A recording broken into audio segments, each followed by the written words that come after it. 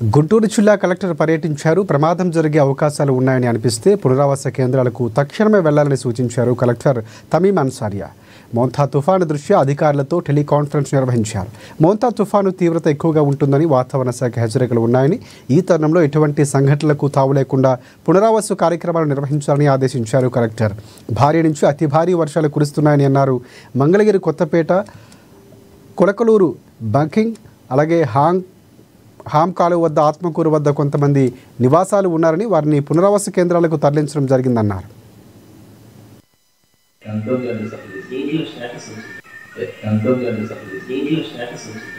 గుంటూరు ప్రజలందరికీ సైక్లోన్ మాంతా ప్రభావం మన గుంటూరు జిల్లాకు ఉంది కాబట్టి రేపు ఎల్లుండి కూడా ఉంటుంది. సో దీంట్లో మీరు అందరూ కూడా ఎవరు కూడా బయటకి రాకండి, ఇంటిలోనే ఉండండి. మీకు కావాల్సిన అత్యవసర వస్తువులు అరేంజ్ చేసుకోండి. మీ కూరగాయలు, fruits, essential medicines, other food items, milk, bread ఇవి అన్నీ కూడా ముందే స్టాక్ చేసి పెట్టుకోండి. ఇంటిలోనే ఉండండి. అదేవిధంగా బయట చెట్లు కింద ఓపెన్ స్పేసెస్లో ఉండకండి, ఎందుకంటే ఎక్కువ పిడుగులు కూడా పడతాయి. సో సేఫ్గా ఇంటిలోనే మీరు ఉండాలని కోరుతున్నాను. అదేవిధంగా గాలి కూడా చాలా వేగంగా వీచే అవకాశం ఉంది కాబట్టి మీ ఇంటి దగ్గర ఏదైనా షీట్స్, డ్రమ్స్, హోర్డింగ్స్ ఉంటే కూడా ముందుగానే తీసేసేయండి. ఇక్కడ కార్పొరేషన్ నుంచి కూడా, అదేవిధంగా రెవెన్యూ డిపార్ట్మెంట్ నుంచి, పోలీస్ డిపార్ట్మెంట్ నుంచి కూడా మీ ఇంటి పక్కన ఉన్న హోర్డింగ్స్ని రిమూవ్ చేయడానికి వస్తారు. వారు కూడా మీరు సహకరించండి.